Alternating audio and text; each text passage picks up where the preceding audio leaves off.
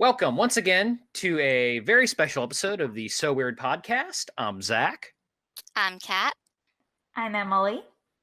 I'm Kathy.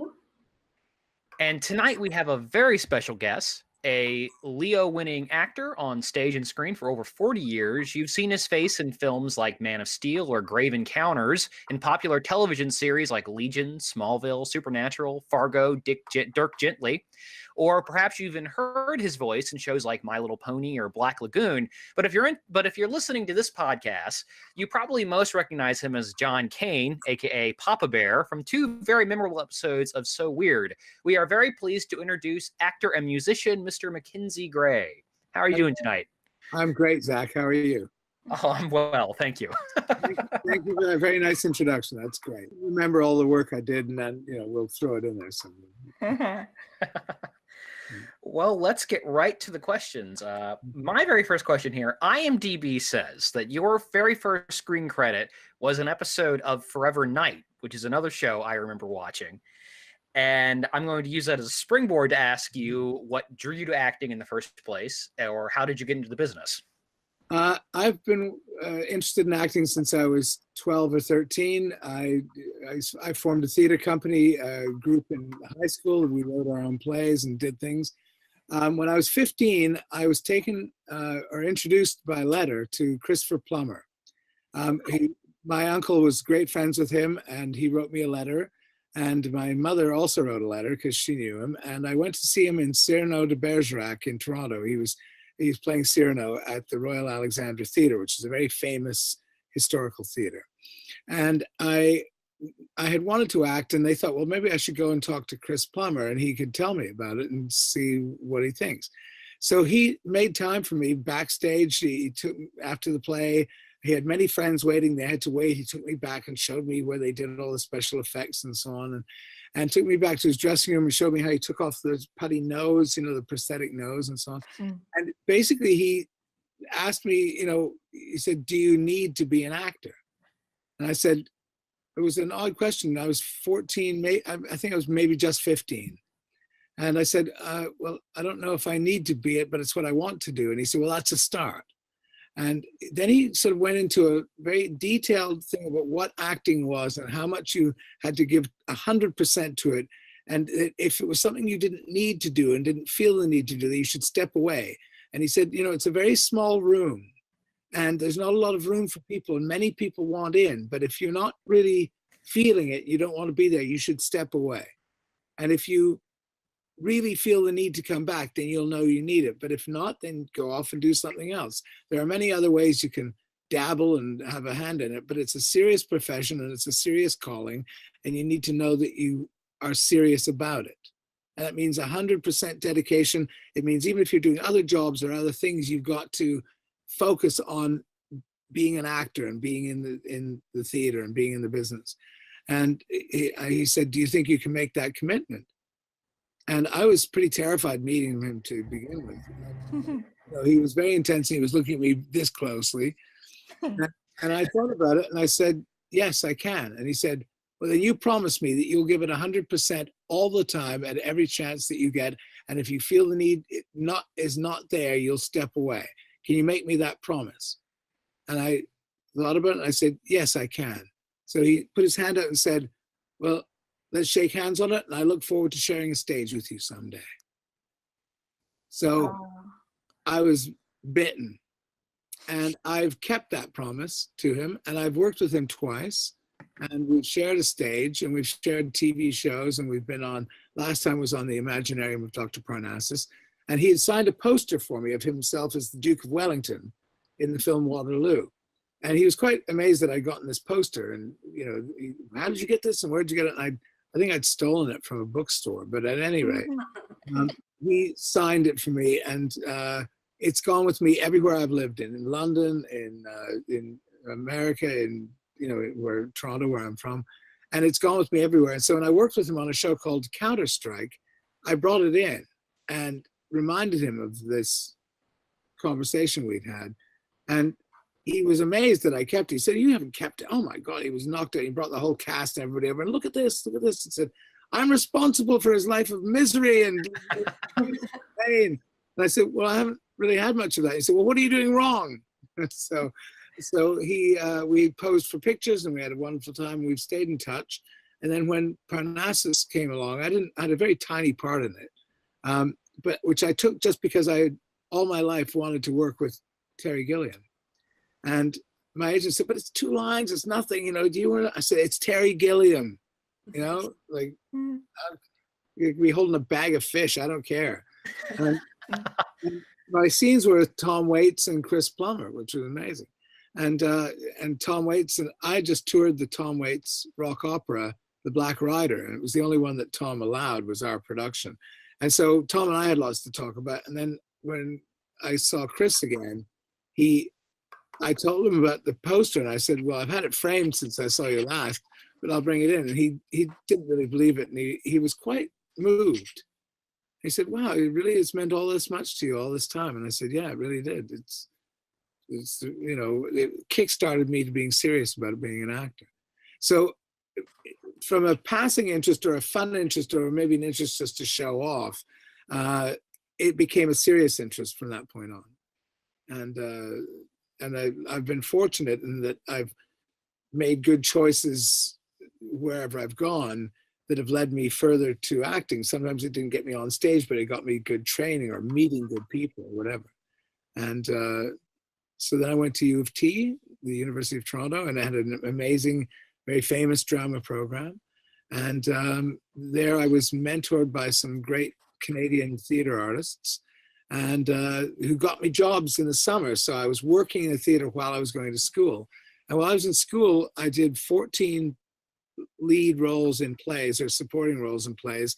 I directed 3 plays and I stage managed and was a lighting designer and a set designer. So I used my 4 years really thoroughly. I didn't sleep much, but so it was that 100% dedication and being a lifer and giving it all that I could. So that's how I got started in acting. And then I'd been doing some acting in England, piecemeal little bits here and there. And then when I came back to Toronto, that's when I went like full bore. And when I came out of school, I got into one of the biggest plays in Toronto in the biggest theater, pretty much right out of school. And that launched me in the theater. So, and a lot of Canadian actors will tell you this. We start in theater, most of us. We start in theater school or we start in drama school or universities, and the focus is theater. And in the theater, you really learn how to develop characters and you develop an arc and develop understanding the whole story and how to, you also develop patience and so on and so forth. And so when you go into film, the tradition of film, particularly in Toronto, was the Canadian Broadcasting Corporation did a lot of series and there were local, independent films and so on, but we worked our way into good roles. But you have a broad scope of experience to bring to the table. And I found that American producers and American directors love the fact that we have theater. It's not, they don't have that thing, oh, theater, you'll be too big, you can't be on screen. They know that theater actors are well trained. And so we have a legitimacy with Americans that a lot of other actors may not have. And so the transition into film is often very easy for Canadian actors. Well, I actually had a question about Parnassus, so I'm glad you answered that right there. So, oh yeah, well, Parnassus was. I can tell you something interesting about that. Was it was a small role, but it's got a cinematic first, according to Terry Gilliam, and he was so pleased with this mistake that became something that even though it cost them thousands and thousands of dollars to rotoscope and do different things, he put it in the trailer, and he had me at TIFF at the Toronto Film Festival on the red carpet because, according to Terry, I am the first actor on screen to have his mouth turned into an anus. And that's a dubious distinction, I must say, but but I was doing the monk thing, and he's trying to tell the never-ending story.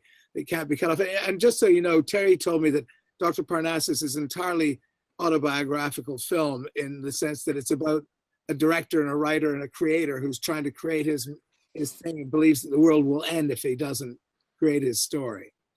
And so it's really about Terry. But at any rate, in the scene, I get dropped down on my flying carpet, which was a 4-foot drop, and it hurt a lot. And I just spring up and start saying this gibberish story. And when Tom Waits zaps me, I'm supposed to freeze my mouth, and I can't make a sound. Well, did a couple of takes, and in one of the takes, I went, and it came out like a fart. And Terry said, no, we can't have it. It's no noise. You just got to stop it quietly. He said, I mean, it sounded like a fart. And then he went, oh my God. Oh my God. Oh, great idea. And he cut, and all his team around were going, oh, Terry, no. What if when he speaks and Tom stops him, his mouth turns into an anus and all he can do is fart?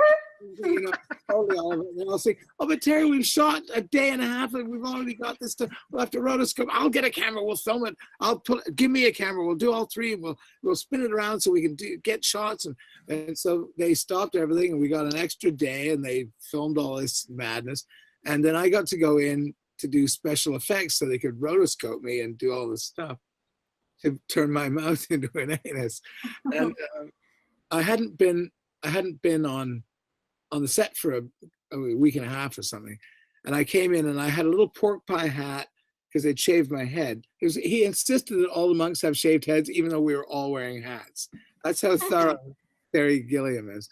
And anyway, I came in, I had a pork pie hat, and I was wearing a velvet jacket, and I looked a little Tom Waits-ish, I guess. And there was a guy sitting on a tall actor chair, and there's Terry and a bunch of people, and Terry calls to me and he says, Mackenzie, what are you doing for us today? And I said, well, today I'm going to be put on a disc and spun around with lights all over me, and they're going to take 4,000 photographs of me so they can turn my mouth into an anus. And the guy in the actor chair fell over laughing and literally fell off the chair. And he looks down and he's laughing. I said, and I looked down, I couldn't see who it was. And I said, no, I'm quite serious. That's what we're doing today. And he looked up, and it was Jude Law. Oh my goodness. And Jude says, oh my God, are you serious? And I said, I'm serious. And he said, hi, I'm Jude. And all I said was, I know. But anyway, that day, Jude was sent to special effects as well. So we spent the whole day together, and I got to hang out with Jude Law all day doing these crazy, the stuff to do the special effects. And which was a real treat. He's a lovely man. It was very special, I just went to a screen save. There we are. And at any rate, Terry was having trouble with the monks. Those scenes with the monks were all on the flying carpets? Right. And they, they're background performers, and some of them are very gifted. Some of them are actors taking smaller roles. Others are just people who like to do it. And they were all completely uneven and the first AD was trying to call, okay, down, now up, because they're all supposed to be doing these ohms, like om, and we're all saying om ve, which is kind of funny, and they were going down and up, and they weren't in unison. Like, it's supposed to be going down and up and down and up, and they were all over the place. And the first AD was trying to call the crane shot, and he's trying to call the guys, and he was getting very frustrated. And I've done a lot of dance, and I've done military drill, and I thought, this is very easy if you call it and tell them what to do. So when we took a break, I said, can I help you out? Can I do something here? Because I can get them in unison in 3 seconds. And he said, if you can get this shower into order, he was not very complimentary about them. And so I gave him a thing where I said, all right, this is how we're going to do it. You're going to say it with me. We're going to do it and follow me. It's going to be down, 2, 3, 4, up, 2, 3, 4. So when I say down, that's when you start, and you count it to 4 counts. Well, we got it in 3 seconds. They were amazing. And Terry saw this, and he jumped up from his chair and said, Eureka, you're the king of the monkeys. and I said, well, let's see if we can do it when I tell them not to make any noise. They can keep it in their heads. So we did a down, 2, 3, 4. And I said, when I say rolling, just say it in your heads, but don't say it out loud. And they did. They were great. And we got it. So Terry was very pleased with me, and allowed me to stay on set and come to set on other days to watch what was going on and be involved. It was a really happy experience for me. And he signed my Monty Python book that I had, which is amazingly lovely. And so for a tiny little 2-line part, I was put in the trailer, worldwide, cinematic first, put on the red carpet at TIFF, and got to work and meet and become a friend with Terry Gilliam. So sometimes taking those little parts can be very special, you know? Wow, what a great story. Yeah. That is Yeah. amazing. Now, you just told us that part of being an actor is always giving 100%. And I Yeah. think that as John Kane and So Weird, you brought such an iconic character to life. He really is one of these standout characters. For only being in 2 episodes, it feels like he's very much present in the series. Well, thank So, you. how did you enhance Papa Bear, John Kane, to take the role and put your own spin on him? Is there anything that you specifically added to the character that made him the iconic character that he is? I think I cleaned him up a bit from what the original concept was. And when I read for it, it's an interesting story about getting the role. I had read for it, and I'd played a few rock stars in, and the casting director, Stuart Akins, knew me from before and brought me in. And I came in kind of looking like I did in the film, in the TV series.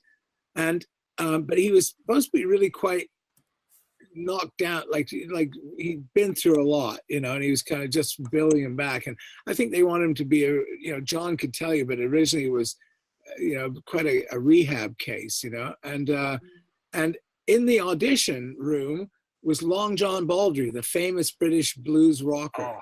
Oh, love him. Who was a lovely man, 6'9" or whatever he was. He's a huge guy. And he had guys who started in his band were Rod Stewart and Elton John, and all these people were his proteges. And I saw John, and I went, "Oh my God, I'm never going to get this. Look at it, the real thing here, And Long John Baldry had burned out and come back, and all of that kind of stuff. But and he had a kind of take on it, and he kept thinking I looked too much like Mick Jagger, and he was teasing me a bit. But he was a lovely man. And anyway, I thought when we went in, I wouldn't get it. But then I got pinned or penciled in or whatever. And I was shocked that I'd beaten Long John Baldry for it, because he was the legit thing. But then we didn't hear anything for the longest time. And they said, well, we're going through changes. And I said, the first episode's coming up, and I've got other work offered to me. What are we doing? And they said, well, we'll see. We're going to try and push that episode. We're going to try and change it. And this went on for a month or so, longer. And then the date came and went that episode was going. And I said, well, I guess they hired somebody else. And I totally forgot about it. And I was downtown in Vancouver, and I just come back from Toronto, where I'd been doing some work. And I ran into Stuart Aiken in the street. He said, oh, you're in town. I said, yes, I'm in town. Yeah. I said, oh, good, because, finally that whole Meatloaf thing's over, and they've gone back to the original choice, which is you. So, I'm glad you're in town, because we need to get you in fast. I had no idea what he's talking about. And I said, what are you talking about? He said, oh, so weird. I said, oh, I thought I gave that up. I thought it was done. He said, no. And it turns out, from what I understand, that Disney owned the back catalog of Meatloaf's music. And they thought they could sell Meatloaf's music by having Meatloaf play the part. Meatloaf's a good actor, but he didn't want to do it. He wasn't interested in being on a series and doing that. And it didn't interest him. And I think because Meatloaf had gotten his act together, he didn't want to play a burnout. For whatever it was, these were little snippets I got from different people. And so I thought, well, whatever. They didn't use Long John Baldry, and they didn't use Meatloaf. So all right, woo! And so I went in. So I had maybe a week to prepare it, to get my idea of who it was. So I thought about the great rock guitarists, that were English, and they'd wanted English. And I thought of Jimmy Page and some of the great guitarists who had been burned out. Like Jimmy never completely burned out, but he had his rough times. But I thought I'd make him an intelligent guy who knew that he'd messed up. And I thought, let me play him like he's a guy who knows what the edge is, but around the kids and around, Cara and Mackenzie, so Molly, if you like, that he's not going to be the wild guy anymore. He can't help himself sometimes, but that lovely scene that I had with Cara at the end of the first episode I'm in, where I'm telling her dad would have been proud of her and everything else. I really loved that scene. It's one of my favorite scenes I've ever been in.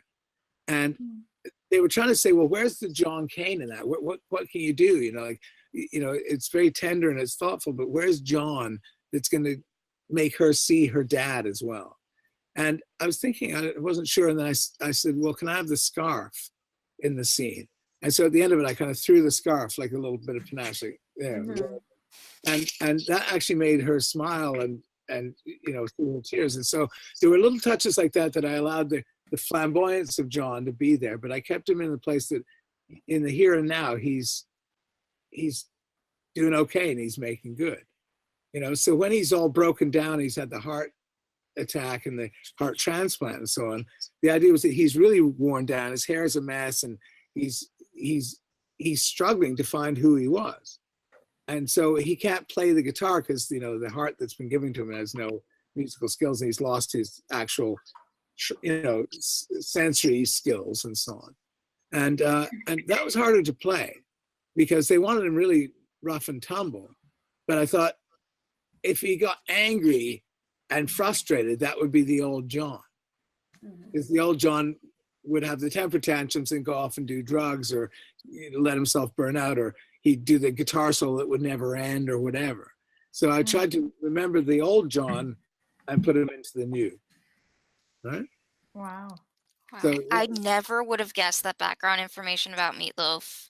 That is amazing. Yeah, pretty special. You were definitely the better choice. I wouldn't picture of anybody else playing John Kane. Well, it's very kind. I think, you know, Long John Baldry or Meatloaf or whoever would have made whatever it made their own. And I'm sure it'd be fine. But I'm very happy it was me. And Mackenzie Phillips and I are friends to this day. And I really, really loved, you know, we were the two Macs. And our first AD on the show was also Mackenzie. So we had Mac.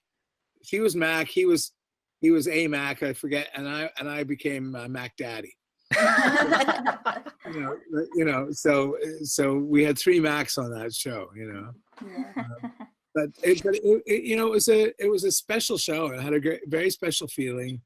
And Larry Sugar, I can't say enough about what kind of a producer he is, because he cares deeply about his shows.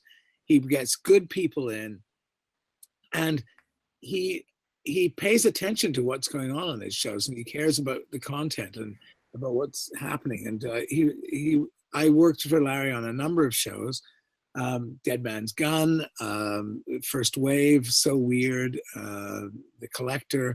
And I can't say enough about how important it is on a show to have a good producer, you know. And John and Ali are great writers, and they're friends to this day as well, you know. It became a big family, you know. So, you know, and anyway, I wish we'd gotten the third episode, which was the first one they were going to do, because it looked like it would have been a lot of fun, but they canceled it and they didn't rewrite it and redo it.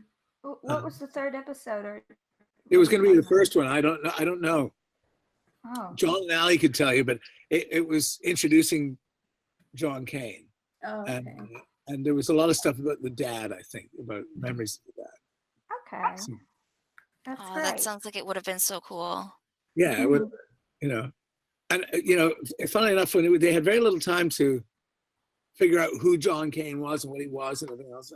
And so I wore a lot of my own clothes because I had rock and roll clothes. And so I wore a lot of my own stuff as John. And in the rock video, I'm wearing the leather pants thing. It's all mine. You know? Love it. Yeah, so, you know. Well, since you were talking about the development of John Kane's character, John Kane has an excellent British accent, but you aren't speaking with a British accent now. Your Wikipedia says you have dual citizenship between the United Kingdom and Canada. Yeah, I'm a UK citizen, and I was born in Toronto. When I was about 5 or 6, I had a Scottish accent, I guess from my dad and from being in Scotland as a boy. And then I never had a particularly hard Canadian accent. When I moved to England, when I was in my teens, I over years in training, I had developed a fairly strong English accent. When I came back to Toronto, it kind of stayed around, and people would always say, "You got to lose that accent. You got to lose it. It's going to work." And the very first roles that I got in movies were all English parts, and so it wasn't an issue one way or the other. But over time, doing more American things and so on, you've got to get it. So Americans still think I sound very English, and I guess it's my inflection here and there. But on the series that brought me to Vancouver, which was called The Net, I was playing an American Secret Service guy, and dark and evil, and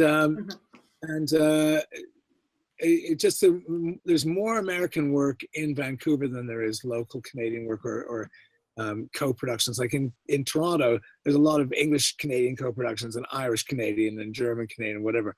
And they do shows like Handmaid's Tale there and so on, but they also do Orphan Black, or they do Vikings, and all these shows are all out of Toronto.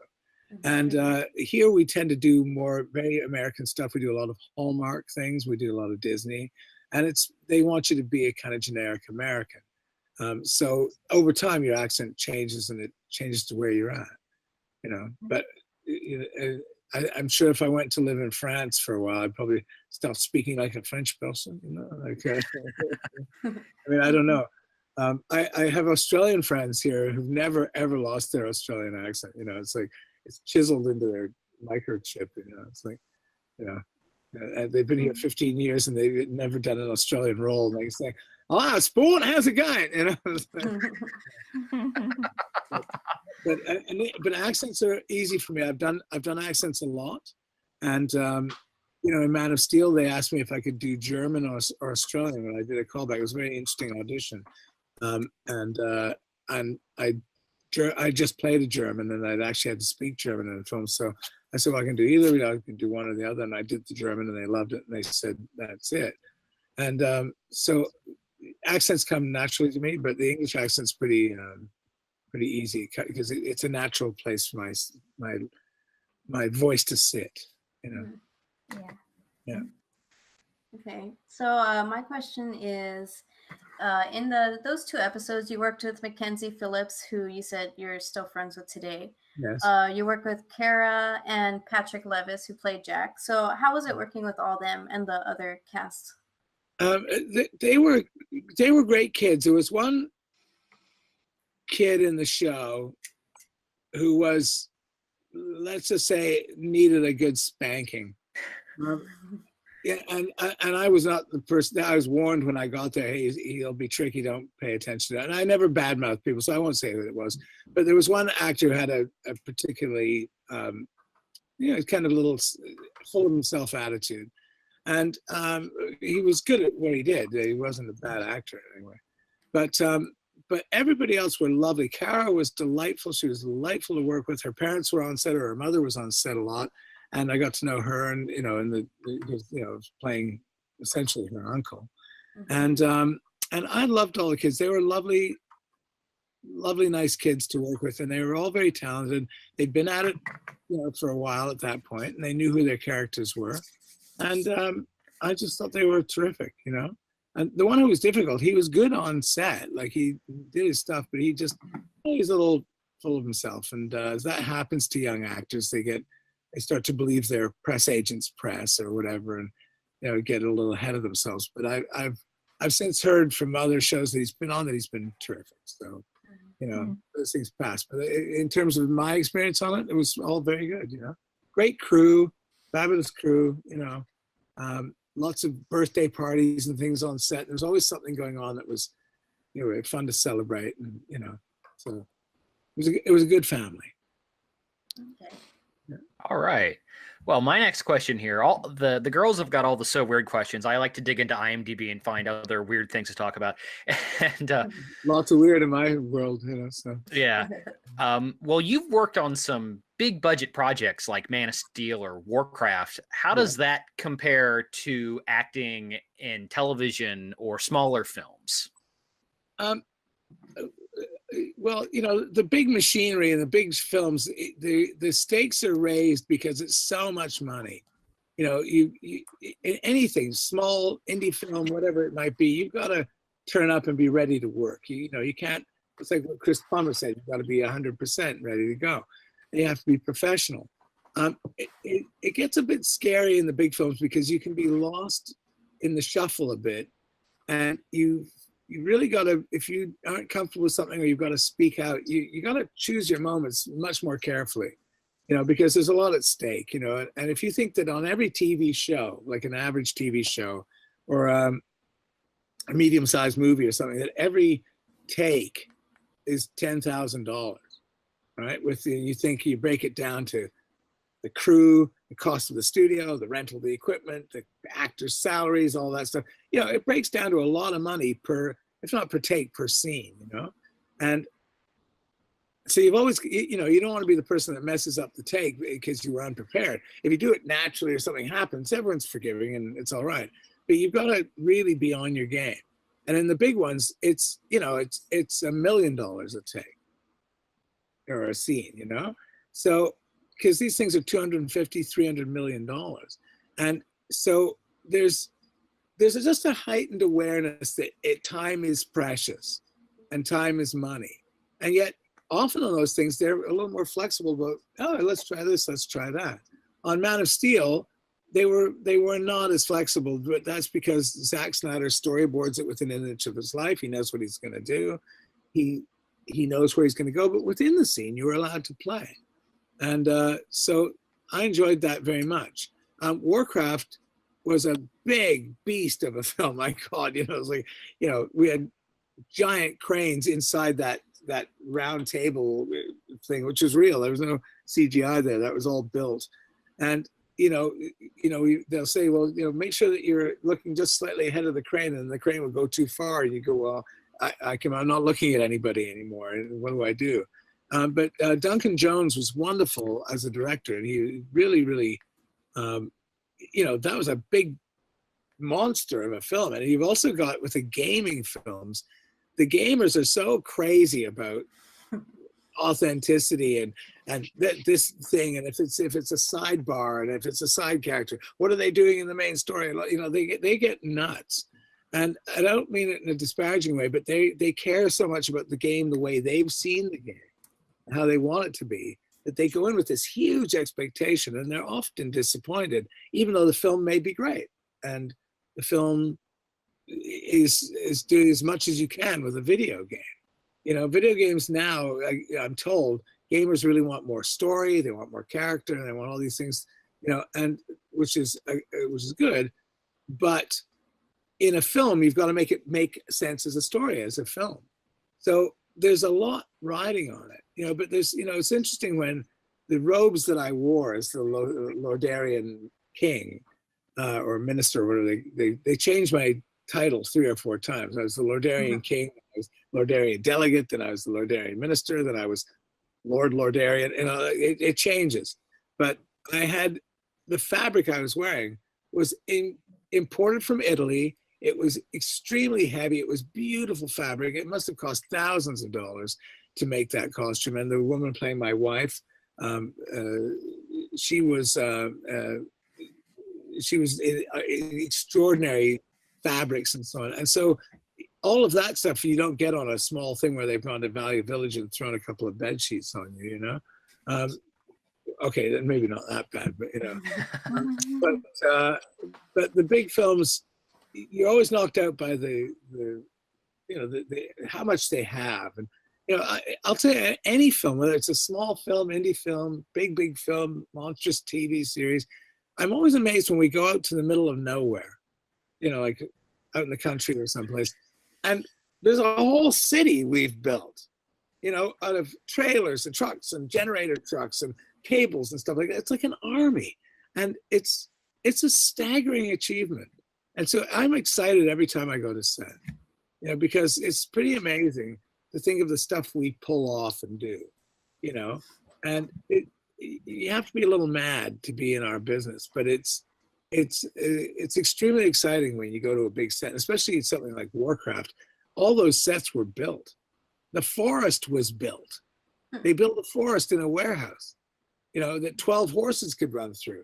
And you think, oh my God, it's like the Hollywood backlot, and that's always exciting, but small films, I like the fact that you get more involved in some ways, and there's more input.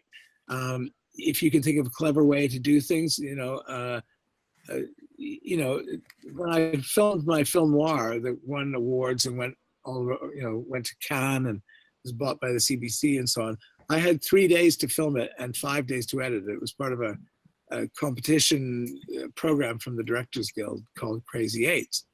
And I had, 9 locations. It was a period film. I had hundreds of extras. It was a hugely ambitious film, but everybody was pulling their weight. Everybody was teaming together. I had 10 makeup artists and makeup and hair artists. I had 4 costumers. And I had all these people who'd come out to work on it, but we made this kind of army, and that's just as exciting as working on the big ones, more so for me because I was directing it, but I think, I love being in the big ones. I'd bring them on. I'd love them. I'd love even more, and Man of Steel was a great experience. And I got to, I didn't work with Russell, but I got to watch Russell Crowe work. I got to work with Henry Cavill, who was lovely, Amy Adams, just really fantastic people. And Antje Traul, the German actress who plays Feora, we've become lifelong friends, and it's a very special relationship. So the big films, you still have to be a family to make them work, Did that answer your question? I think it did. I got way off on a sidebar there, but And how do you find the experience of directing? I love it. I love it. I was trained to direct in the theater when I was at University of Toronto, and I've directed when I was in high school. The plays that my group put together, I directed, and I love painting a picture. I went to art school. I've learned about painting. My father was an art dealer and designer, and I love painting pictures through film, and I love telling stories through film. I've got a couple of things coming up that will be happening soon, and I'm really, really looking forward to it because I haven't really fully directed since 2014, really. And I produced a feature film in that time, but the last time I directed, and I had so much fun. I really love doing it, and I love keeping a happy set, and I love making a great shot. I love telling the story, and I love doing it. So it's very rewarding for me to do it. And as somebody who has directed, it's very interesting when you see a director that you're working with and you think, oh, there'd be a better way to do this. They're having trouble doing this. You got to be careful that you don't step in and say, oh, you should try this, because not always met very nicely. But sometimes you can, and sometimes you can say, but you offer it as the actor. You say, what if I did this and turn my head this way? Would that help you? Oh, there it is, And so you can help by suggesting it as an actor, but you got to really respect the space of the director, that you're working with, But, if they're sitting there going, I don't know what to do with this scene, oh my God, well, step in, but step in lightly, Now, speaking of taking direction, a question I've had for a while is I was wondering if you could tell us about what was happening behind the scenes when you guys were filming the music video in your second episode for Land of the Free. There were no lyrics ever written for the song, and you shared with us a picture from behind the scenes of that. Yes. Now, for shooting that, were you given a lot of direction, or were you free to kind of make up your own moves? They gave me this song to learn so I could do the fingering on the guitar, because I do play guitar. But it was crazy, and so I had to look like I was really playing it. So I had to know where it was going on the fretboard of the guitar. And they got me a guitar that, it wasn't plugged in, so it was like doing a video anyway. But they had various things they wanted me to do, and they wanted me to go wild. The idea is that John goes out of control on the video, but it's all funny and whatever. And so they had different things for me to be doing, and sort of standing with Mackenzie and Chris. But then they had these walls for me to kick down, and a fence they wanted me to break over and fall against the fence and so on and do stuff. And they said, just go wild and just, but you got to land here, for the camera, like, hit that mark right there. And so I was allowed to do stuff, but I had to still play the fingering to the playback. And then I had to kick things over, and they didn't always go the way you wanted to. So I would land, and I actually tore the leather pants, ripped the knee. And they loved it. Did we get that? Did we get that? Oh yeah. Like they didn't. Are you okay? No, they never asked that. It's not a slag on. So weird. I once fell down into the bowels of a ship on a Hallmark miniseries called The Voyage of the Unicorn, big fantasy thing, and I played the King of the Trolls, and we had a huge rogue wave that hit and moved the ship over, and there was a big fight scene going on the deck, and I literally fell into the hull of the ship, like 14 feet into the hull of the ship, and they dropped, and one of the guys holding a little camera, he had dropped down, he was disguised, and they all went running over. Is the camera okay? Is the camera all right? And I was lying I'd really hit hard at the bottom. I was in armor, and I said, I'm okay. Yeah, it's all right. Don't mind me. And I went, oh my God, how did you end up in there? Like they never ask about the actor. It's always the camera okay, right? Or did you get that shot? I was almost thrown off a horse once. I managed to stay on it, but the horse was frightened by fire, and it reared up. And then the DP, who was German, he said, actor, you can never remember my name or anybody's name. And he said, can you do this with the horse again? It was magnificent, but it went out of frame. I said, I didn't do that with the horse. I did, the horse got scared. I don't want to the horse. No, it was great, but we can't lose you in the frame. I didn't know it was going to do that. I said, no, I'm not going to do it again. It's like, no, it's not going to happen. And he's going to say, put the frame closer to the horse, make it happen. Oh my God. No, they don't care. But at any rate, back to John Kane, and so weird. So when I think the fence came down or something ripped apart, the knee ripped open, and I did cut myself, but we kept going. And then they had a thing where they wanted me to kick something down, and I kicked it down, and I think I tore the leather pants again. Like the pants were really tight, and they were not surviving all that bad activity. But they kind of said, do this, and they set it up. I had the only thing within it was arching my back and making rock star moves with the guitar and stuff. But it was they knew what they wanted, and they put it together. I never saw the video until after the show, until the episode came out. So. Well, you mentioned that you play guitar, so I was wondering if you could talk a little bit about your experiences as a musician. I saw on Wikipedia you were in a band called the Fridge Stickers. Yes. Yeah, go ahead. Well, the Fridge Stickers was a band in Toronto. We were all actors or film people, and we put a band together for an Amnesty International benefit. No, an Actors Fund benefit. Sorry. The first time was for the Actors Fund of Canada. And it's an organization that gives money to actors in need, and not just actors, but anybody in the business. It's pretty helpful.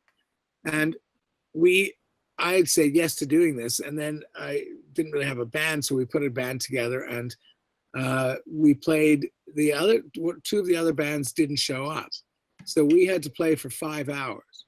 And so I would just say, because we all knew the same songs, and I'd say, okay, Dizzy Miss Lizzie and A, and okay, and we would anyway. We played for the 5 hours, and it was pretty great, and so we really enjoyed it. So we said, let's keep the band and let's do gigs and do things. So we did Amnesty International benefit, and that got a huge audience for us. And so we were playing in clubs in Toronto just for fun. And on a Tuesday night, we get 300 people in the club. So all of a sudden, we became very popular, and we didn't do any original music. It was just covers, but we were fun, and we dressed up, and we had fun, and so a band that was just starting out really didn't want to have the Tuesday night slot, and we'd gotten at this point the Saturday night, because you earn it after a while in a club. And we were asked, would we trade with this band so they could get industry people to come and see them, because they were looking for a record contract, and they were called the Bare Naked Ladies. And so so we became buddies with them. We traded the slot, and they got their record deal, and we did the Tuesday night and filled it with loads of people, so everybody was happy. And there was another band called Pursuit of Happiness, and we got to know them a bit. And they copied the fact that we dressed up and looked all 60s and had fun, and they did a 70s funk thing. And so we were quite popular in Toronto, which is odd for a cover band, because cover bands usually play airport lounges and weddings and stuff. But we played clubs, and we had a lot of fun. And our concerts were always, our gigs were always 4 or 5 hours long. They're all ridiculous. But we just played a lot of rock and roll and got people dancing. So I started playing guitar when I was about 12 or 13. I was huge, and I still am, a huge fan of the Beatles. They influenced me more than anything that I can think of. And I even made myself a wooden guitar when I was, 10 or 12 years old. It didn't sound very good, but I made it. And so my parents realized that I liked the guitar, so they got me an acoustic guitar. And then I started playing more and more, and I would say very limited until I met other people in high school who played and say, oh, you do this, and you do this, and you do that. So I got better. And then when I moved to England, and I sent you guys one of those pictures of the young John Kane. I had that really beautiful guitar, and I played in street parties and street bands and so on, and I got better. So then when I came back to Toronto, I didn't play a lot, but played enough. And then when the band happened, you start playing every night, or you get these house band gigs or whatever, and then you get good. And then I started writing songs. I'd written songs here and there, but I wrote songs in the mid 80s that I just started writing songs, and some of them were quite good, and then some of them were not, but they started me getting into the idea of writing songs for things. And so I've written songs for plays. I've written songs for films. I wrote a musical that was called Math Out Loud. And it was a thing to get kids interested in math. And they tried these sketches and comedy things going to schools, and they were limited effectiveness. And a friend of mine said, I know who you should talk to. You should talk to Mackenzie. He's written ballets and operas. And by that point I had. And so I thought, well, how would you make it interesting for these kids? Because, and I thought, what if it was like an acid trip, like a magical mystery tour, like the Mathical Mystery Tour, which is what we called it for a while. And so I had big screens and stuff. They had all the money I wanted. They said, whatever you want to do, we'll do it. And so I started writing songs for it. So I wanted to have it punctuated by music. And, you think you're, from 8th grade to 11th grade, and you're going to a theater and you're going to see a play about math. Most kids would go, oh, kill me now, right? And, or like, oh, at least we're out of school, whatever. So I wanted to shake it up so they know they weren't getting a normal thing. So I wrote a song called Mathical Mystery Tour, and it was this crazy, loud, psychedelic rock song. And it opened, blazing on the speakers, like almost deafening. And we had these projections of an M.C. Escher painting. And we had the figures in it animated. So it took a lot of fractal work to do that. And then actors started coming out of the screens in the costumes of the fractal figures and doing patterns and everything else while these two kids get lost in this painting. And basically the premise was a bit like Wizard of Oz, that these kids have fallen asleep in class and they've woken up in this acid crazy dream inside an M.C. Escher world. And they go on this tour, this Mathical Mystery Tour, where they're taken back to Cleopatra's Egypt, where they invented pie and discovered pie, if you like. And then they went to all these different things where they learned from people about the origins of everything from, all kinds of math and geometry and trigonometry and so on. Anything that was on the school curriculum. And so it took me a while to write it. We rehearsed it. The original production had 8 people in it. Then we had 12. We mixed it up. But I wrote a lot with a guy named Joe Doherty. And Joe is a musician, composer, arranger. And we had never really known each other. And when we met, we gelled. And so Joe and I write stuff all the time together. And we wrote 27 pieces of music for that play. It played to 10,000 kids. And now it's being talked about in Hollywood. They want to turn it into a film. Oh, that's awesome. Wow. And everybody's going to want to be part of it because it's it's about math, but it's fun and it's rock and roll and it's a little crazy. And you know, we had Cleopatra walking on down a runway with all these girls with her, you know, doing this thing, and it's this kind of, you know, sexy beat, like I'm too sexy, but and she's saying, oh, I'm Cleopatra and I've got this and I've got, and it was just like everything we could do to make it silly was great. So music's a big part of my life. It's also something I'm doing professionally, and I'm writing music for an upcoming feature film called The Earthlickers, and it's written by two women. They wrote a Crazy Eight short film, and then they took the premise of it and changed it up. So it's basically about these 7 goddesses who are coming to Earth because they've been sent by the oracle of the universe to address the fact that Earth has got all this negativity and anger and stuff, and it's throwing the entire cosmos off. All the wavelengths are going off. So they've got to come to Earth and find pockets of love and then exploit them and make them strong. And the 7 goddesses have pink hair and silver spandex outfits, and it's kind of like, you know, Barbarella meets, I don't know what it meets, but it's, you know, it's a journey of love. And you know, one of the goddesses finds a brony convention, you know, and they find stuff wherever love can happen, you know. And the downloads and the negativity and all the fear is not coming from politicians; it's coming from a giant, you know, like empire, you know, like a media mogul empire, where they're putting downloads of fear and need and so on into people's music downloads. So there's like a Taylor Swift character, and her music is where the downloads are going out, and then it sends it off and it ricochets everywhere. And there's really funny characters in it. It's a really funny script, and I'm writing music and a song for each of the characters, so it'll be like Rocky Horror. And so it's been great fun. So 2 that we've done already are, one is called Lick It With Love, and it's a kind of, yeah, Zach found that funny. It's Donna Summer meets Pink Floyd at Marvin Gaye's house. That's what I call it. And I've got a wonderful singer who sounds like Donna Summer. It's a fun song and it's very catchy. And then there's another guy who's a cross-dressing space alien who's working with the evil dominatrix who's running the empire. And he, and I was thinking, cross-dressing space alien, what can that be? And I suddenly thought, Bowie. It's got to be Bowie. And I had just played David Bowie on a TV show, so I had Bowie on the brain. And so I wrote it in about an hour, channeling all sorts of different things of Bowie in. And then Joe and I spent 6 months working that song to take every kind of element we could of Bowie and put it into my song, like, you know, what I was writing. And we had to stop because Bowie died, and then we thought, well, maybe we shouldn't do it. Then we thought, no, we'll do it as an homage. And we've played it for some big industry people, and some of whom knew David Bowie and have said he would have loved the song. So that's high praise. And it's a very, very funny song, and it's called Asses to Asses. All the songs have double entendre, and they're naughty and they're kind of funny, but it's a very campy film. And there's been interest from all sorts of people. There's some people from Saturday Night Live, and other people are interested in what these 2 women have written.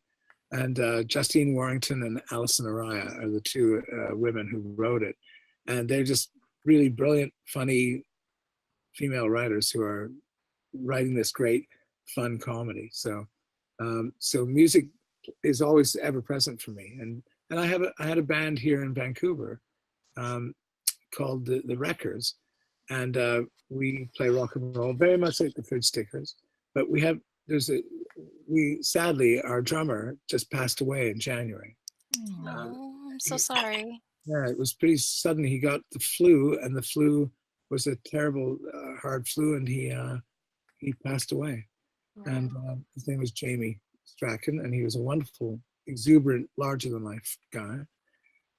But we played, because of Jamie, we played on Wreck Beach. And I don't know if you guys have ever heard of Wreck Beach. Wreck Beach is a famous beach in Vancouver, which is stuck in the 1960s, and it's a clothing optional or nude beach. And you can go down there, you can wear clothes or not, but most people don't. And we were the rock band allowed to play down there because nobody was allowed to be amplified. It's all done in the 60s. So Jamie had somehow managed to get them to allow us to play. So we were the world's first nude rock band. Yeah, and I'm sure there are pictures somewhere on the internet, but I don't know. And when we played in clubs, we would play with our clothes on, of course. So music and rock and roll are very, very important to me, and I've gotten to play a lot of rockers. So John Kane was one of the first that I think I did Cold Squad just before that, but it was a joy to play a very cool character like that. My next question is, you talked about John Cooksey before. So did you get to meet and work with John and Allie Marie Matheson? Oh, very much. They were very hands-on. They were executive producers on the show. As writers, they were available to explain things to you. They were on set every day, and they were just really great to have around. And they're lovely people. They wrote a lot of shows for Sugar, and Larry loved working with them. So they wrote a lot of the Collector, which I played the original Devil in, and I don't know if they wrote the Dead Man's Gun, but their hands were in a lot of Larry's work, and they're very, very approachable, very intelligent. Both of them are incredible writers, and Allie's father was a famous writer, and but she's a writer in her own right. Like, I didn't know that about her dad until many, many years after I knew her. And she and John had a great partnership. It was really terrific. They were good check and balance with each other, And I think John went into that a bit in his interview with you. He had maybe the darker nature, Yeah. But they were great, and I consider myself lucky to have gotten to work directly with them. They were terrific. Okay, well, you just mentioned this, so I have to ask about this. Yes, you have played David Bowie in a series called Some Assembly Required, and I'm a huge Bowie fan, so I'm really curious about how you got that part and got into that headspace. It's funny. I played rockers, so there's kind of people in Vancouver know I'm a kind of reliable rocker guy, and they had written this part, and then they dropped it, and then they got permission from Bowie's people to do it, and then they said, well, maybe. But then they knew Bowie was dying, so then they said, don't make it David Bowie, just call him Bowie and leave it at that, and so on. But they wanted somebody who would be reasonable and be able to do it, and I was at a fundraiser for that a casting director in town had an organization that helped disadvantaged kids and gave them theater training and got them off out of their disadvantage and put them into plays and things that they could do it's a wonderful project, the Limelight Project. And they were doing these interview shows, and I had not been interviewed, but I was there watching. And then they had a karaoke thing, and nobody was getting up, and they kept saying, oh, come on, somebody get up and start the karaoke. And one of my friends said, oh, he'll do it, and I can't remember if I did Rebel Rebel or Suffragette City, but I did a Bowie song. And literally the next day, the producer of Some Assembly Required, one of the producers, and the casting director called my agent directly and said, we'd like Mackenzie to come in. And it wasn't to audition, it was to play it. It was an offer. And I was staggered because it's always nice when you get an offer and you don't have to go through the nightmare or the torment of the audition. And so they did a great job at making me, look like him and play him. And it was a comedy, and it was, they wanted it to be close to him, but not exactly that. But then I did a set of photographs, and they did a bunch of photographs for the role. And I put those out, and then sometime later, when Bowie had passed away, there was a big concert done in his honor. And I was asked if I would do 3 songs as David, as Bowie. And I did.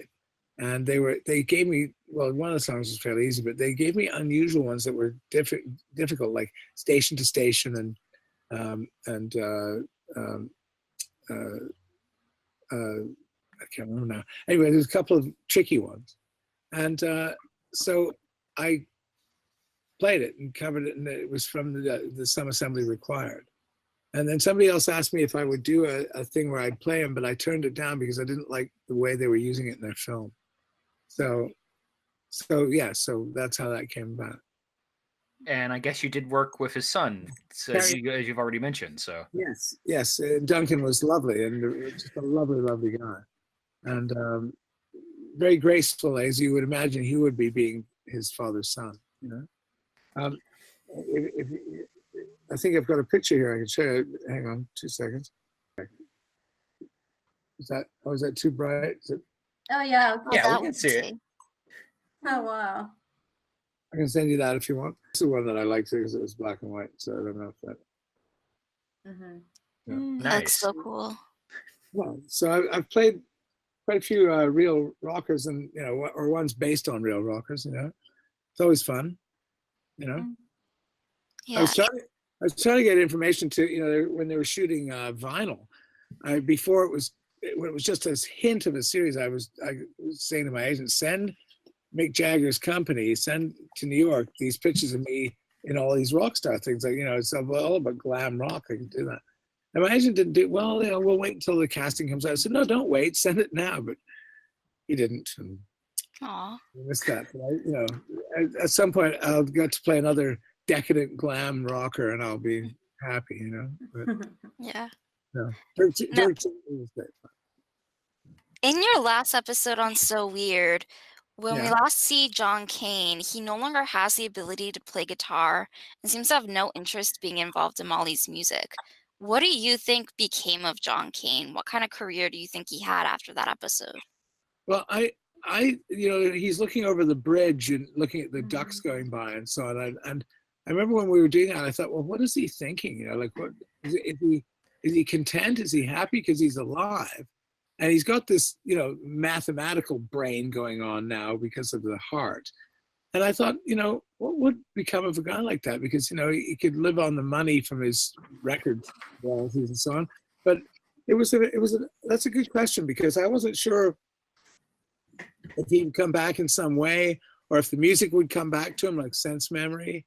I left it open. I wasn't sure that. I thought we would probably come back and revisit it. But by the time when Cara left and they recast, it was no place for him in that world, I don't think. And because we did leave it open-ended, what would happen to John? And my own thinking was that he would find a way into music electronically or mathematically. I don't think he'd be like a techno producer, but maybe he would be in some way finding a way to get, things we were just only discovering about then when we shot the series, like algorithms and all that kind of stuff. If the mathematical side of it allowed him to get into producing something, I thought that might be somewhere he'd go. That's so cool.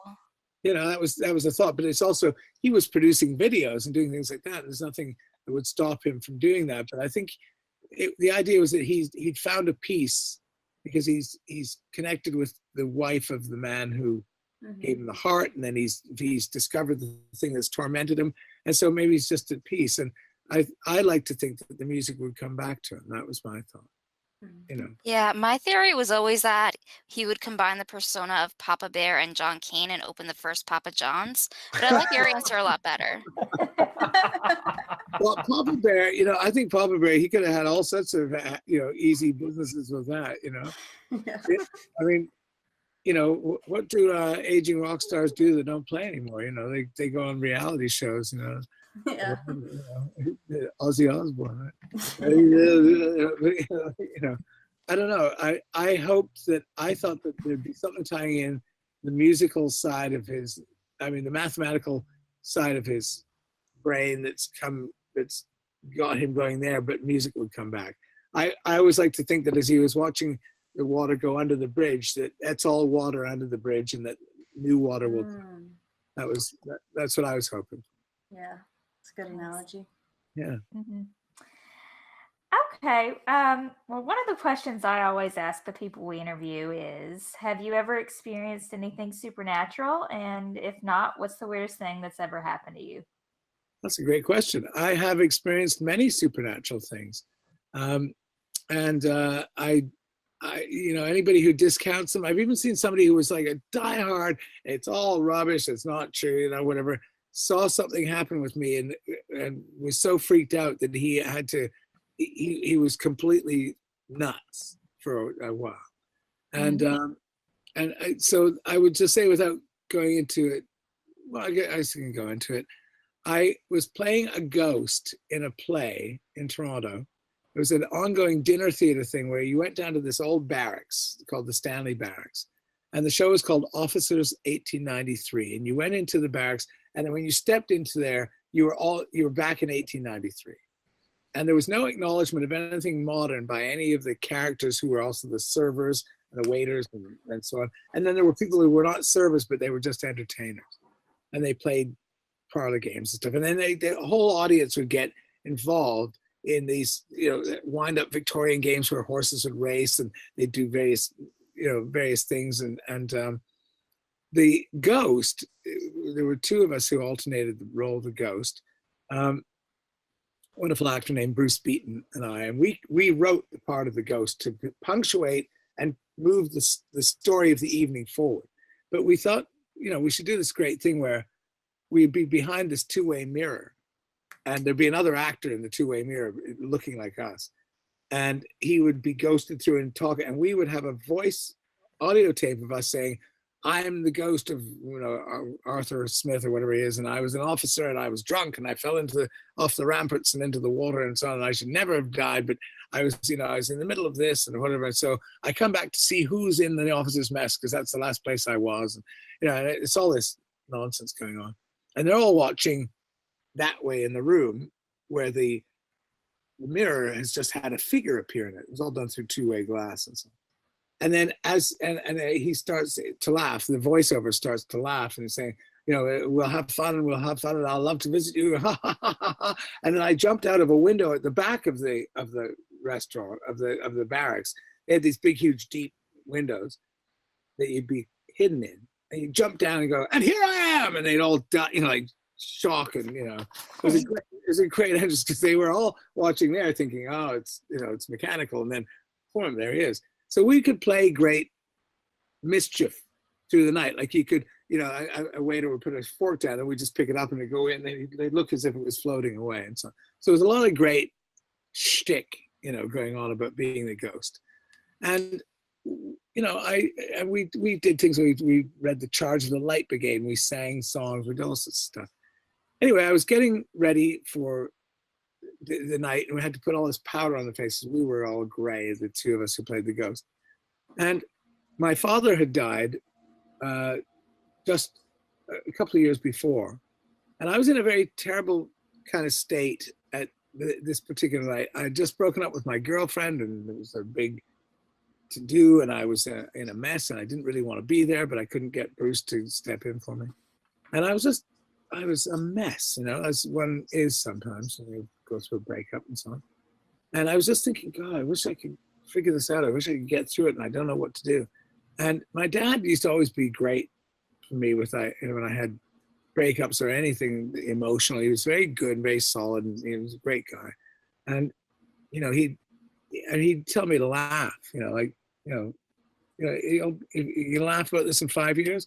Of course, you always say no. You say, well, you probably are, and why wait, And so I was tired and I hadn't slept much, and I was putting the makeup on, and I yawned. And as I yawned, looking at a reflection, my dad's face came out of my face in the mirror. And he had a nickname for me called Tav. He said, Tav, it's going to be all right. Just let it go. Have a good time. You're all right. And then I finished the yawn and he came back. And it was back to me. And right at that moment, one of the young guys playing a young officer had been sent back to get me ready so they could stick me in the window where I had to hide. And he said, where were you? I just called you. Where were you? And I said, oh, I was just had this crazy experience. He said, no, where were you? You weren't there. You weren't there. I said, no, I've been right here. I'm making up. I've got my makeup in my hand. He said, no, you weren't there. You weren't there. And I went, what do you mean? He said, I was looking at you and you just appeared. Where? And he was completely out of his mind. So wherever I went, or wherever things happened, and there's no way he couldn't see the mirror, couldn't see anything because there was a little curtain there. I had just disappeared and then came back. And this guy was a diehard guy from the American equivalent would be like, Midwest, like Iowa or someplace, like he just didn't believe any of that stuff, cattle country guy. And he was completely freaked out. When I told him what had happened, he said, oh, you weren't there. And he's like feeling my face. And I said, hey, tell him I'll be out in a few minutes. I need to get ready. And I was getting ready. And then I looked and I was completely made up. So that happened. And he and I had a very special bond after that. Like, we just had kind of a little wink with each other. It was kind of a special bond. So Wow. I would say that's the strangest phenomenon I've ever had. I've seen ghosts or believed I've seen ghosts and experienced them in theaters. The theater is a home of ghosts because it's souls flying all over the place and complete whack jobs have lived there and done that. And to give you an example, because you'll love this one, I was working in a place in Toronto that was, I think it was called the Pauline McGibbon Center, and she was a lieutenant governor of Canada, of Ontario. And there was a theater that they built in what was it was down in the old part of Toronto, and it was the old courthouse and morgue. And they'd taken it all, redone it, and they'd made a theater in there. And everybody who'd been in there doing plays said, it's weird in there. There's weird stuff, whatever. And so I was working with some friends, helping with a show, and they had 3 microphones facing upstage for the 3 singers and so on. And we locked up, we did the rehearsals, and they said, this is kind of strange. Things keep getting moved and whatever. And so I said, well, maybe they don't like your musical. Maybe the ghosts are, they don't like you. And they said, no, it's all fun and games or whatever. And so the microphones were all facing upstage, and we thought we will go out, have some dinner, and we'll come back and we'll work. So we went and had some dinner, and we came back, and nobody had been there. We had the keys. It was all locked up, and the 3 microphones were facing the audience, and they were unplugged. Mhm. Yep. So who knows, but, I said, have you talked to them and asked them if it's okay if you're in here or whatever? I don't know. Anyway, I've experienced some crazy things, and I've seen some eerie things, and I get sense memory from places, not my own memory, but in London especially, I felt like I'd been there before. My father used to say, well, maybe you have, right? Because there'd be places I just knew what they'd be like before I went around the corner, It wasn't deja vu, it was something else. And I don't know, have you ever been in a historical place and you've put your foot on like a mound or something where somebody famously stepped or whatever, and you get a sense, you get an energy from it, and you say, well, maybe I'm giving it that energy, maybe it's like we give people aura, I've met Queen Elizabeth, I've met Prince Charles, I've met Prince Andrew I hung out with, I've met a number of royal figures, and they have aura.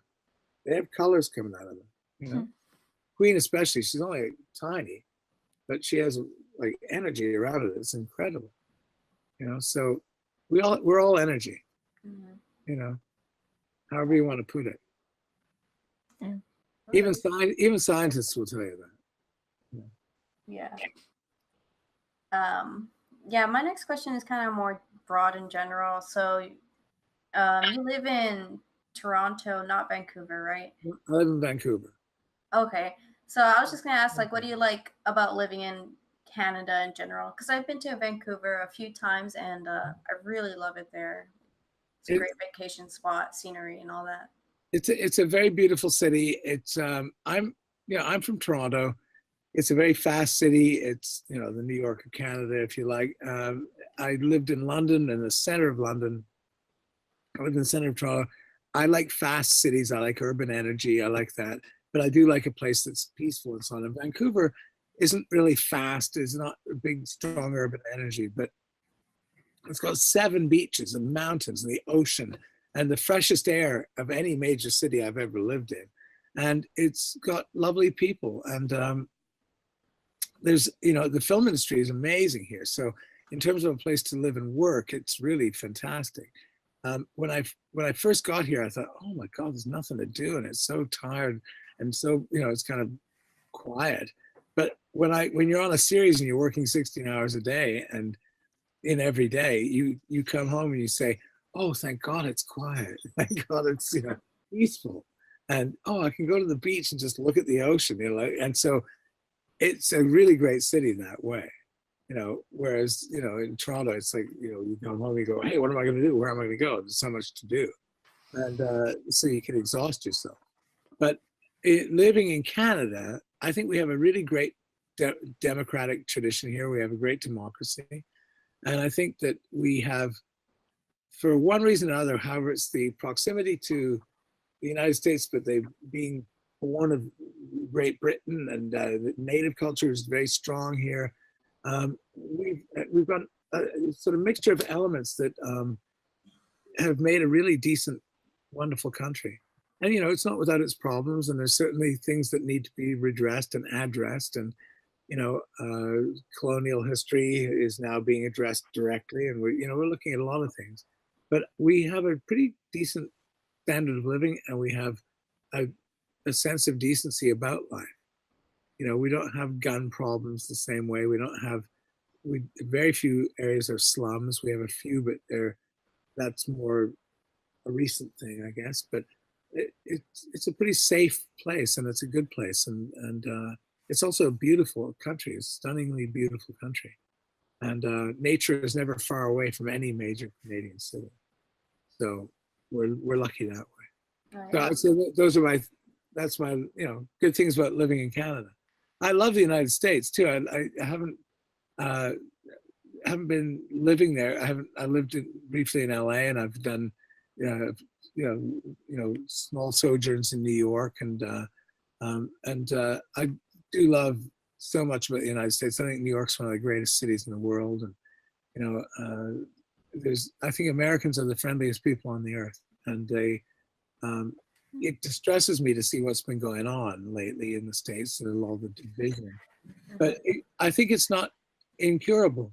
I think it's going to take a lot of work, but people will realize that they're all people, and we all can get along. You can have difference of opinion, but I do know that whenever I've been in the States, people are just so friendly and so, you know, accommodating, and you know, I've never had a bad time, you know.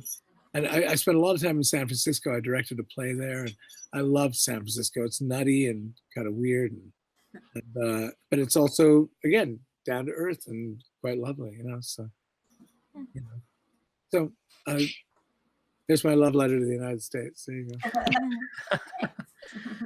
Yeah. Any other questions? Yeah, I've got a few more here. So you've actually been involved in several projects that are adapted from comic books, things like Smallville, the Iron Man cartoon, Legion, even Riverdale. Do you research these types of roles before playing them? Before I audition for them, usually.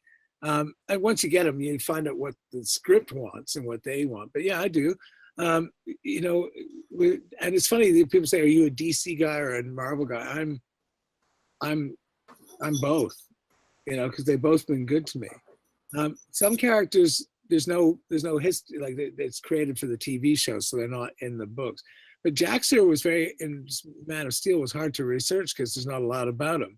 He was in the original cartoons, but then eventually, if you hit a couple of the real fan sites, or I don't like to call them geek sites, but you know, the sites, you know, but the sites that really, you know, they know everything about every cartoon and comic book. You can get a lot of information, and but then it's really up to what they want you to be in the film. You know, with Iron Man Armored Adventures, I didn't really know much about Obadiah Stane, but I was given a little primer about it, and the Marvel people really help you with that. And, you know, they didn't want a repetition of who he was in the movies. They wanted it to be its own thing, but true to what he's supposed to be in the comics. So, you know, and with Lex Luthor playing that in Smallville, they wanted me to be as close to Michael Rosenbaum as I could, but still make it my own. And I think I did, you know. But earlier in Smallville, when I played the doctor who's Lex's right-hand guy, there was no precedent. It was just, who is this guy? I don't know. He's not in the comic books. And so we just made him who we made him on the spot. Yeah, Dr. Krieg, that was his name. And so yeah, I'd have to say, I do the research before I go in, so I know who they are. But Jack's here was a tricky one, you know. Okay. So I hit the mother load of geek sites, you know. And how do you find voice acting versus on-screen acting? Oh, it's totally different, but it's, you know, you don't have to memorize it, so you've got the comfort of the text there, but you've got to be able to lift it off the page and fit. It's tricky because sometimes they'll write on the script, no cartoony voices, or no cartoony, not cartoony, and they want it, and they'll say, and they give you a bunch of references. We want it like Family Guy and this guy and that, and whatever. You go, oh, okay. So you got to kind of figure out how you're gonna play it. And then other times they'll give you character references, you know, and they'll say, I kid you not, I'm not making this one up.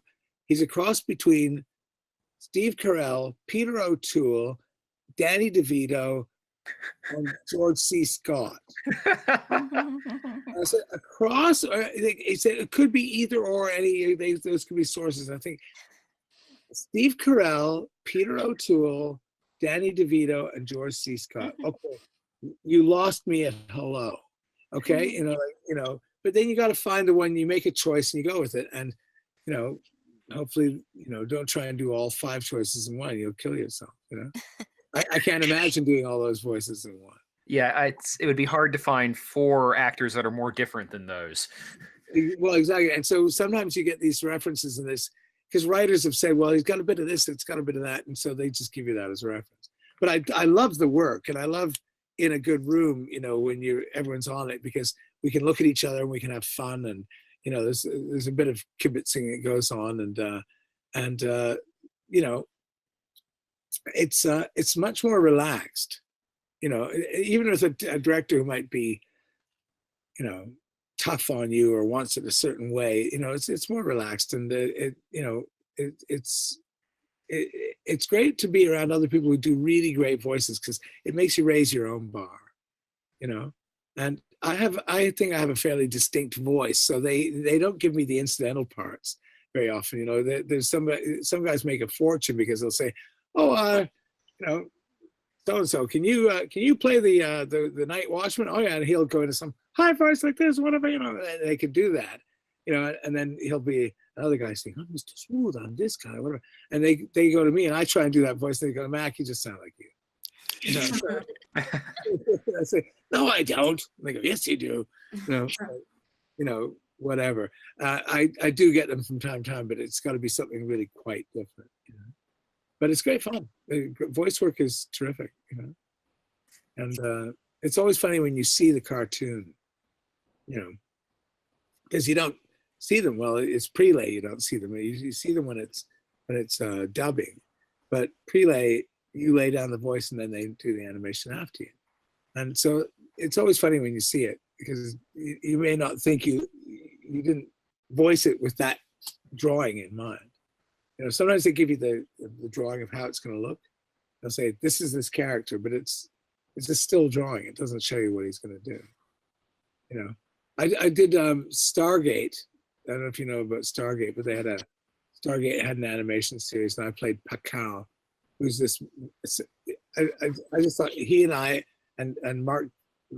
Oh God, the other guy who played. We played these 3 bad guys. we were all talking like this and being rough and and we were essentially dinosaurs. Like we were a big monster thing. It's like, really? Okay. And no idea that that's what we looked like, and so it's funny when you see it in the end, but My Little Pony, I played Dandy Grandeur, who's an interior decorator, and they wanted him slightly, gay and a little fey, and so I did it, but I made him more flamboyant than anything. And when I saw the drawings, he had his hair swept back and he had a little mustache, and he looked like my dad, who was an interior designer. I just thought, oh, it's too funny, it's hilarious, They've made him look like my dad, but I'm doing all campy. So you never know. But it's great. To answer your question, I love doing it. It's totally different than film acting. Okay.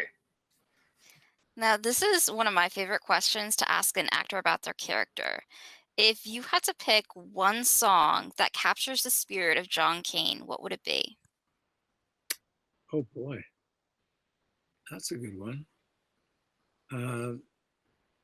One song captures the spirit of John Kane. I think it'd be something kind of wild, rambunctious, and showy. I think something by Led Zeppelin. I think. Yeah, that's a good question. I don't know. One song. Yeah. I'm trying to think of a Zeppelin song that would fit his kind of craziness. Maybe Trampled Underfoot, or I don't know, because he's such a wild man, right? So he was a wild man in terms of capturing the character that he is, that he's become as Papa Bear. Mm-hmm. I think there's a lot of reflection there. So I could say The Beatles' In My Life might be a good one. I love that song. There are places I'll remember all my life, though some have changed. It's very reflective, and I think there's a kind of bit of John Lennon in him as well. Yeah. But that's a good question. But I think for his spirit as the old John Kane, like the wild man, I think I'd say in the Led Zeppelin oeuvre would be great, or I think you could say Wild Thing, but I think that's too stodgy. I don't think that's, and I say that not knocking Wild Thing. It's a great song. Mm-hmm. Maybe You Really Got Me by Van Halen. That could also mm-hmm. That could be a John Kane song. Mm-hmm. All right. We've got some questions from some other fans now. Here's one from Lauren on Facebook. Can you, she wants to know if you have any theories on what Papa Bear was building in the second episode you were in, Transplant. Do you remember that? Yes, I do. I asked them what it was, and they said it was kind of like a brain, it was to be an advanced thinking unit, or it even could be a medical thing like a heart or something. But the idea was that it was an advanced thinking unit that was going to, overtake computers and things like that. So we've probably invented it now, for real, right? But Lauren, that's a good question. But I asked them and they couldn't tell me. We forgot to ask John about it. Oh yeah, he could tell you. He could tell you. But I think it was meant to be an advanced thinking, connection. Like, if you build a computer out of nothing, and built it, made it conceptual, and it had all these, it was definitely a mathematical genius's connection to being a kinetic machine. Mm-hmm. I think that's it. It was supposed to be a perpetual motion machine or something perpetual in it. On Twitter from Princess Fernandez, she just wanted to say that she loved Papa Bear's relationship with the Phillips family, especially in relation to Fee and Rick, and she wished she got to see more of him. I wish they had too. Yeah. It would've been nice. Me too. Yeah. Jimmy, he's another host on our podcast, but he was busy tonight. Mhm. He asks, you've acted in hundreds of projects, produced, directed, and even written on some projects. Is there any area of the industry you still aspire to be a part of? Any goals you still wish to achieve? Yeah, I would really like to score a film. I've done some scoring for small parts of films, but I'd really love to score a movie, like to do the entire soundtrack for it. Not the sound design, but the soundtrack. And that's part of what Earthlickers is about, is writing the songs for stuff. But I'd really love to score a film. I think it's a very, very difficult thing to do. And, you know, as Louis B. Mayer said, the best music in a film is the music you don't hear. And that means it's in your heart, it's underneath you. You don't know it's there, but it's there. And that would be something that I'd love to do, you know, score a film. Mhm. Good question, Jimmy. Oh, they're all good questions, actually. Well, I've got one more question here, and I've noticed that you're in the upcoming remake of Rabbit, directed by the Soska sisters, and I'm Yes. intrigued by how much you can tell us about that. I can tell you a bit about it. First of all, I can tell you they are an amazing team.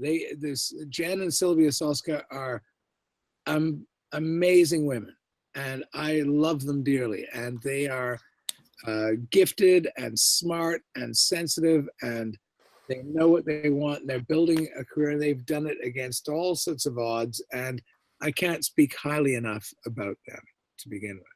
Secondly, the fact that, you know, Cronenberg has never liked remakes of his films. He never approved any. And when he found that they were involved, and he turned it down before, and then saw what they were writing, he said yes. So they have Cronenberg's blessings on the film. And it's a reinvention of it. It's not like, oh, we're, you know, like, not like we're going to redo the old movie. It's been updated, and it's been adapted for the sort of modern, current genome research and everything else. It's got a splendid cast, you know, led by Laura Vandervoort, who is amazing in the role. And it's got just some wonderful stuff going on. So I can tell you that it's been updated in so that it's less, I don't know, the spread of the rabies, which is not really rabies, is done somewhat differently in this, and it's all centered around the fashion industry. So it goes into the concept of the fashion industry as the idea of creating a false perfection. And the lead character, she is Laura's character, she has scars and issues from a disfigurement in an accident that she covers up and hides. And she works for me. I play Gunther, who's a German fashion designer, who actually wears his scar proudly, but has the idea of a perfect beauty in his line. And he's launching a new line called Schadenfreude, and which is great. And oh, it's my phone going off. That's good. At any rate, she is in an industry that demands perfection, but demands, you know, extremism, and it demands volatility and so on. And yet when she has another accident and is disfigured further, then she's given medical treatments that are to restore her beauty and restore her face and so on. And this is where these experiments go wrong and lead us into the rabid tale. And so it's interesting setting it in the fashion industry, because, you know, it's just a perfect place to reinvent that film. And that's part of the genius of the Soska twins. And so I play Gunther, and I have a very different look. In fact, if you give me a second, I will show you a picture. Okay. I'll send you one. But it's going to be really great. And they've got some stuff you have never seen on film before. Some special effects that are just extraordinary from the Todd Masters studio. And it's going to knock you out. I'll show you a picture of me as Gunther here.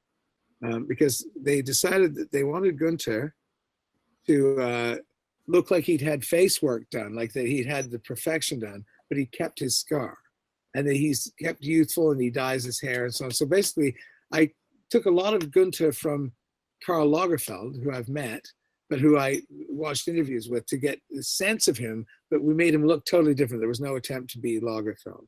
And if that, let's see, where is that shine? Like they gave me a facelift with these things that they put under the wig and under the hair, and then they just airbrushed my face and did very cool stuff that, thank God, like made me look so much younger. I didn't want to put it, and at any rate, but I had an assistant. Here's a little snippet for you. The girl who plays my assistant, and I won't say her name because it's kind of cool in the film, but she was really good at playing that kind of bitchy, edgy thing. Who's the tough face of my character. And it turns out that I talked to her, I said, you know your stuff well? And she said, well, I do. My dad's a fashion designer. Her dad's one of the top haute couture designers in Canada and the world.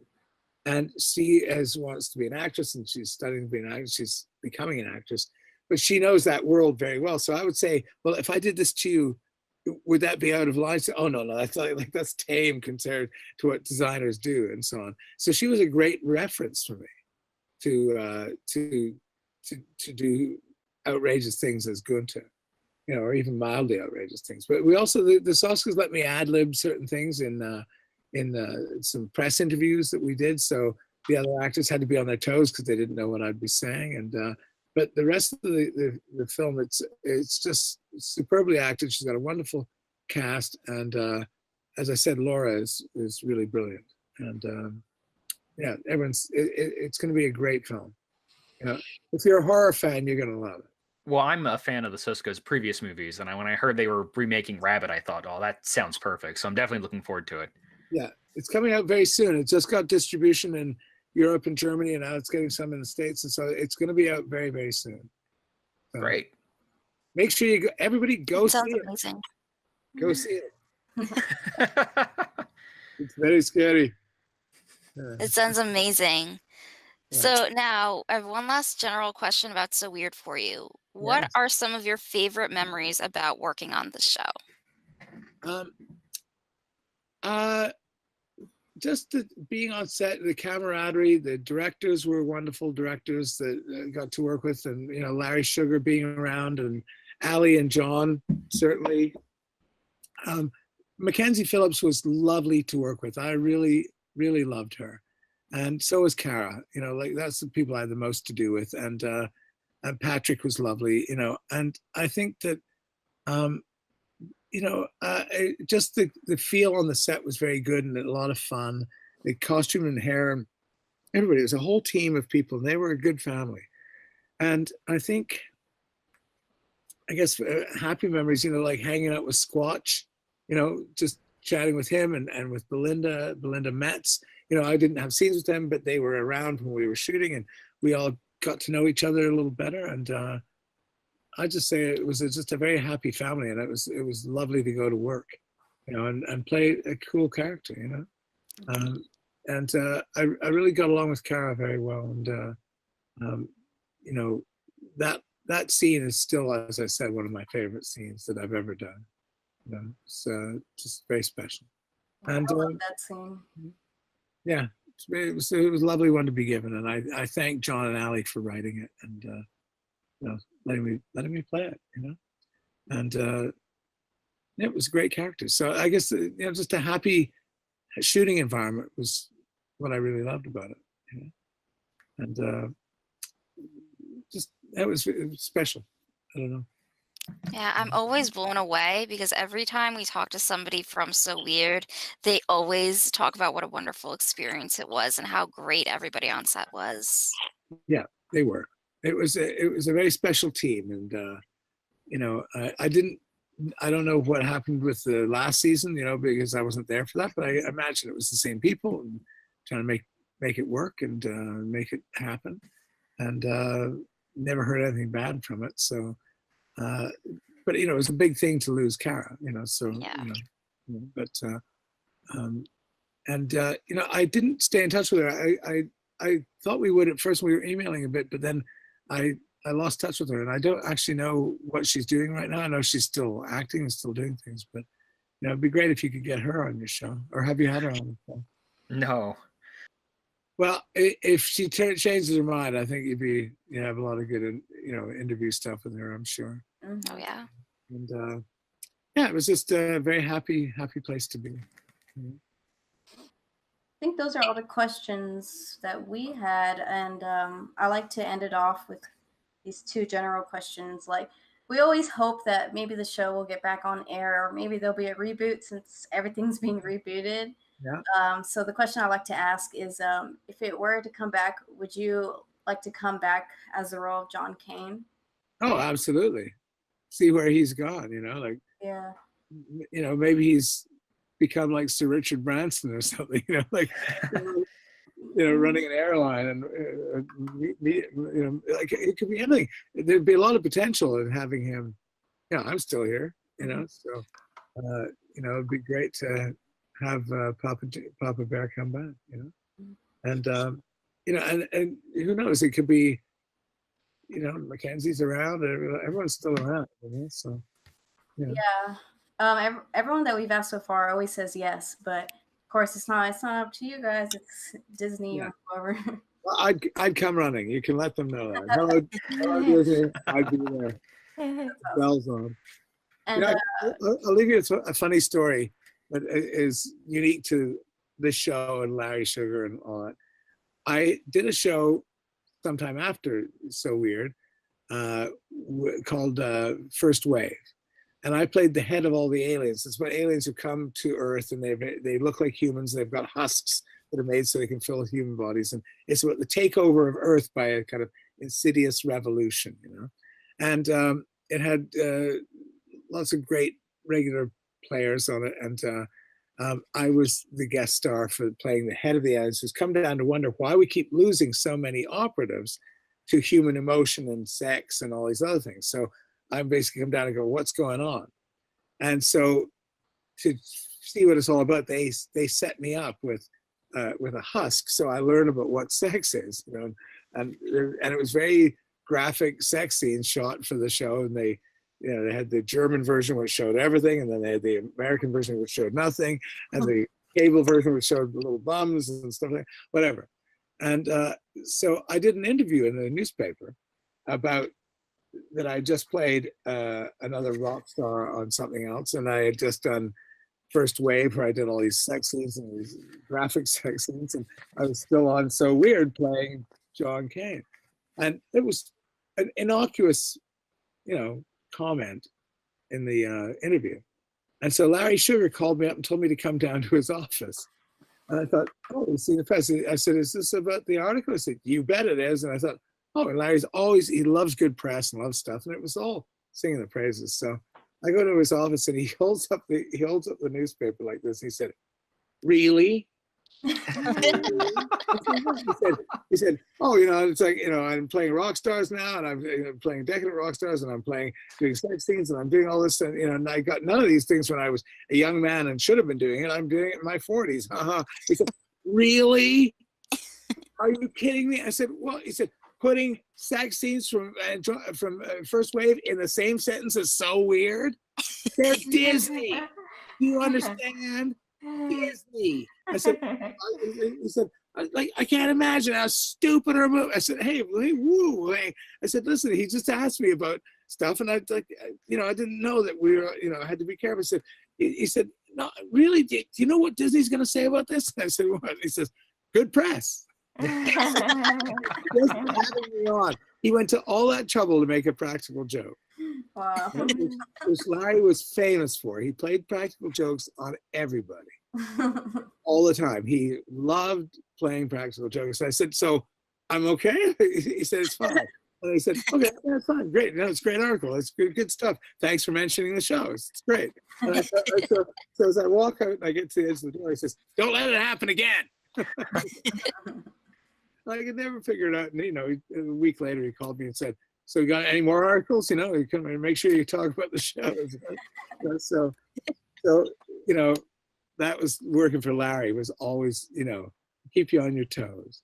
But he was, always great. But that was, that I mentioned all the stuff next to So Weird was just, I hadn't even thought about it. But, anyway, Disney's hired me since then, so it's all been fun.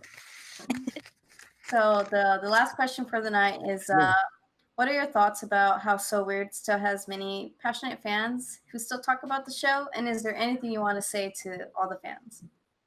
Well, I don't think it's a surprise that there's all the fans, because it was a great show. And I think it had, for a kids show or a show for teens, it was remarkably thoughtful and provocative. And I think it also had dealt with issues of the loss of her father and about Molly's drinking problems and expectations of a teenage girl and somebody who's tapped into supernatural and other things they don't understand. I mean, it was really a mature series for kids, and those kids have grown up and there's a fond memory of what it might have been for them. And I think that as it's in reruns somewhere, that people find it, and it didn't date itself particularly. I mean, it does have some things, maybe some of the clothing and stuff, but the themes don't. It's like Goosebumps, the old Goosebumps is always watchable, and because they were well written and well done. And so it doesn't surprise me that there's a big fan base and that they'd like to see more.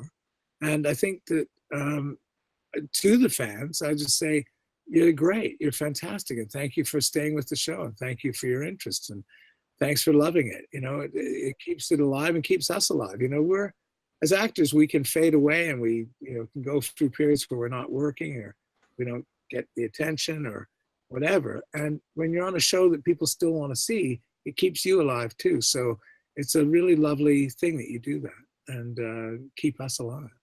Mm-hmm. And it also, we know that you'll probably say, "Oh, I didn't know he was in that, so I'll go see him in, or I'll see her in that," and whatever. So it's all good, and I hope if they do a reboot that we can all come back and make it special and have a great time. And if it doesn't, then what's there is really fantastic. So thank you for being fans. Thank you for being there for the show. Mm-hmm. Well, and thank you so much for being with us, Mackenzie. It's been a really fascinating, funny interview. Well, my pleasure. My pleasure. I hope it kept it lively. So. Thank you for joining us. My pleasure. Thank you so much. Thank you. You did a wonderful interview. I really enjoyed it. Great stuff. Thank you.